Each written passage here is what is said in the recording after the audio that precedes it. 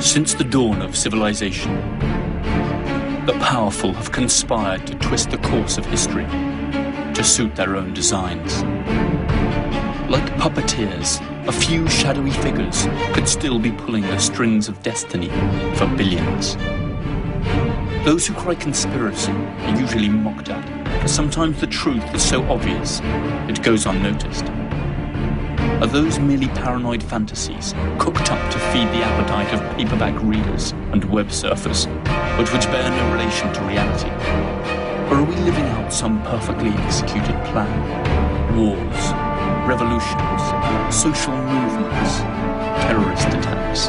Everything is given an official explanation. But perhaps nothing is what it seems to be. Let's dare to unveil the incredible world of secret societies.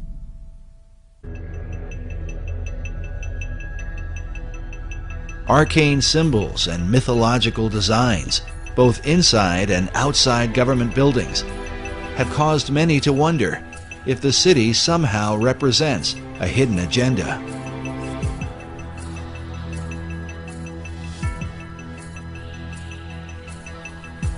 This becomes increasingly important as America's current place on the world stage ignites firestorms of controversy. As the United States is the most powerful nation on earth, many have wondered, what is America up to?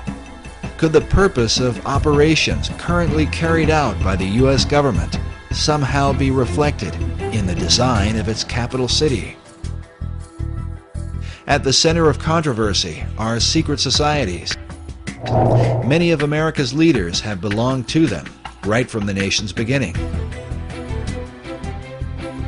Our current president, George W. Bush, has admitted to his membership in the mysterious Skull and Bones Society. You were both in Skull and Bones, the secret society. It's so secret we can't talk about it. What does that mean for America? The conspiracy theorists are going to go on. I'm sure they are. I don't know. I haven't seen the web. Number 322? Skull and Bones has to be the most powerful, one of the darkest of all secret societies that exists on this planet. It is about greed and it is about power. The idea for Skull and Bones is said to have come out of Germany in the early part of the 19th century. The society was founded at Yale University by William Huntington Russell, along with Attorney General and Secretary of War Alphonso Taft, whose son, William Howard Taft, would go on to become America's 27th president. Some believe the Society's foundation demonstrates a clear link with what may be the oldest society of all, Freemasonry. The United States of America is the most powerful country in the world, the single remaining superpower that dictates the global agenda. But ironically, the political system of this champion of democracy was built under the guidance of mysterious fraternities and organizations we know little or nothing about. Secret societies have actively participated in the construction of the American governmental system. Freemasonry, to name just one society, left its imprint on the Declaration of Independence, the American Constitution, and on dozens of national symbols, from the Great Seal of the US to the dollar bill. This American passion for secrets, rituals, and exclusive clubs has been particularly strong in its universities, where the fraternity system was developed. The fraternities, or frats as they're most commonly referred to, are student associations with academic and philanthropic goals. However, they also abound in codes of silence and initiation rites, very similar to those found in Freemasonry and other secret societies. The first ever recorded frats were the Flat Hat Club and the Phi Beta Kappa, both founded at Yale University. Also in Yale, one of the most enigmatic and most notorious fraternities in the world arose, one that has always been favored by the cream of American society. Its name, Skull and Bones. Skull and Bones was founded in 1832. Its original name was the Eulogian Club. Its creator was a merchant named William Huntington Russell, owner of Russell and Company, a transport company which was rumoured to smuggle opium into China during the Opium Wars. The name Skull and Bones probably comes from a curious tradition. During their meetings in the campus chapel at Yale, the society used to hang a skull and 2 crossed shin bones upon the door as a warning that they should not be disturbed. The society was also known as the Order of Death, Cooperation Star, or simply the Order. In 1856, 24 years after its foundation, the Order was granted an important plot of land on the university campus and built its official headquarters there. It is a windowless stone construction that can still be seen today. They call it the Tomb. The tomb has a dark, labyrinth-like layout that spans 3 floors and an attic.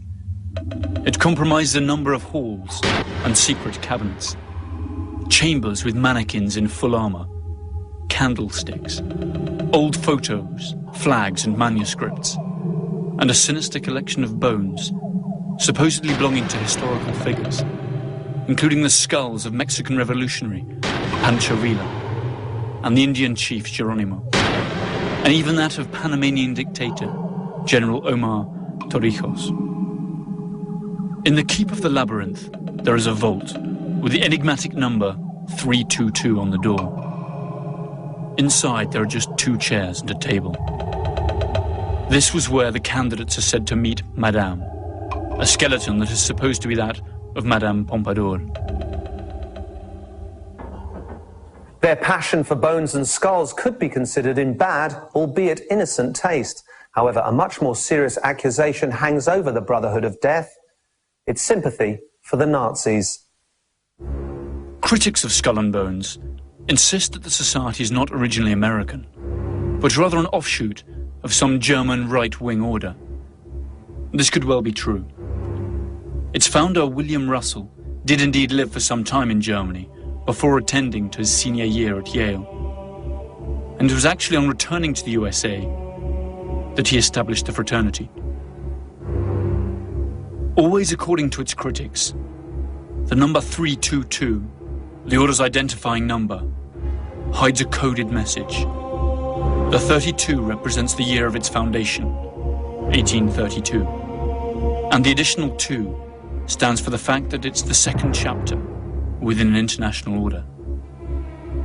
Alexandra Robbins, a Yale graduate and author of a book on the subject, stated that the society owns a valuable collection of Nazi objects and memorabilia, and eats its dinners off Hitler's private silver service.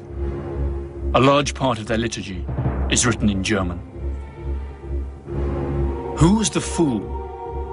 Who was the wise man, beggar or king? Whether poor or rich, all's the same in death. A sizable part of the American military-industrial complex of the early 20th century collaborated with the Nazi regime in Germany, contributing immensely to their rise to power. This historical fact is unknown to most people even today. Also unknown is the strong involvement of bonesmen in the pre-war German-American relations. But history keeps its own records, and the past always returns to haunt us. In 1930, Prescott Sheldon Bush, father of President George H. and grandfather of President George W., a member of the Skull and Bones class of 1917, and president of the Union Banking Corporation, engaged in a number of profitable business deals with Fritz Thyssen, the German steel tycoon who supplied Hitler's war machine.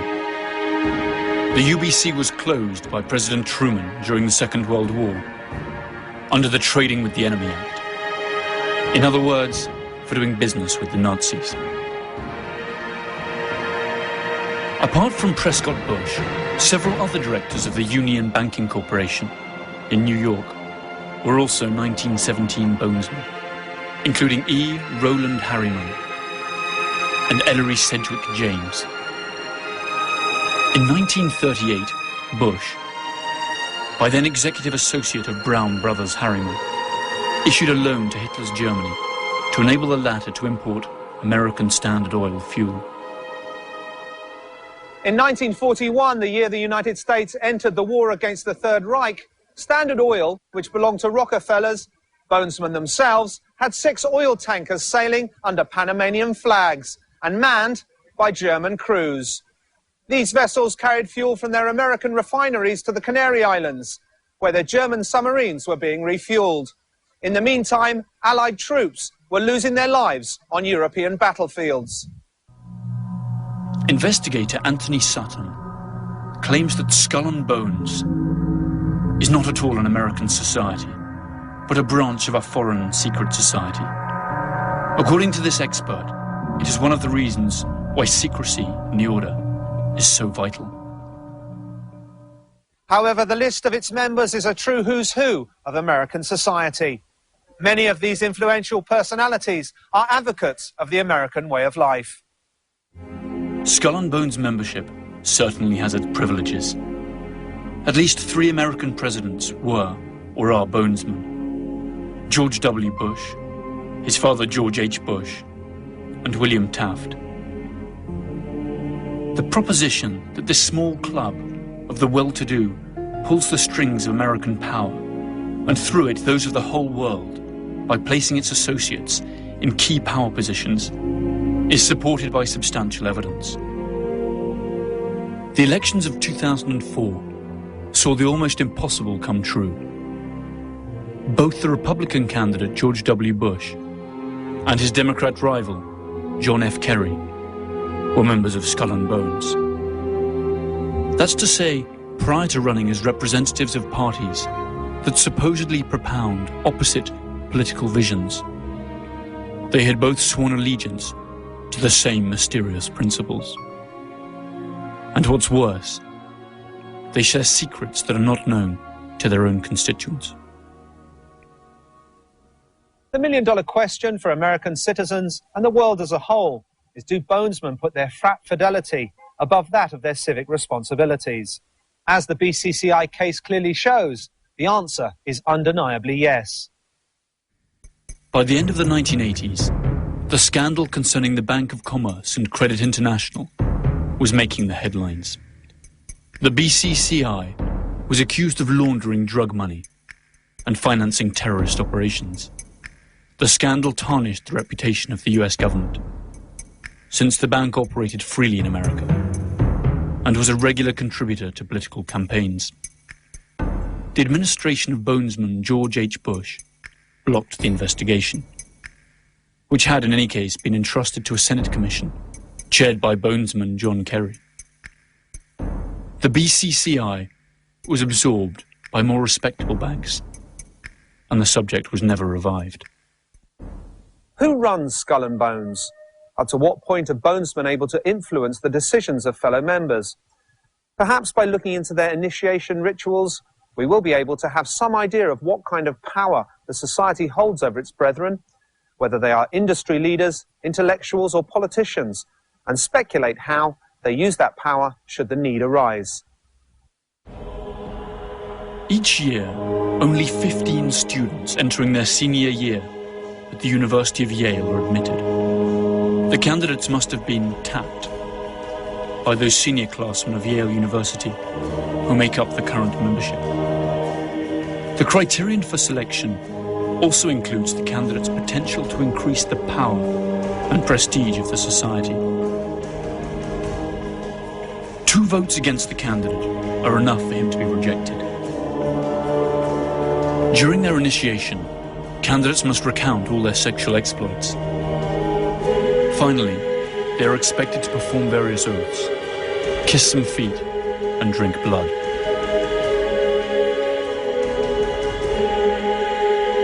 They then have to lie naked in a coffin, and, after masturbating in full view of the others, swear to never reveal their membership of the order. The candidates are then introduced to their future companions, who wear masks for the occasion. Uncle Toby, the Knights, the Small Devil, Don Quixote, and the Pope. Their ceremony ends with a grand party that lasts for hours.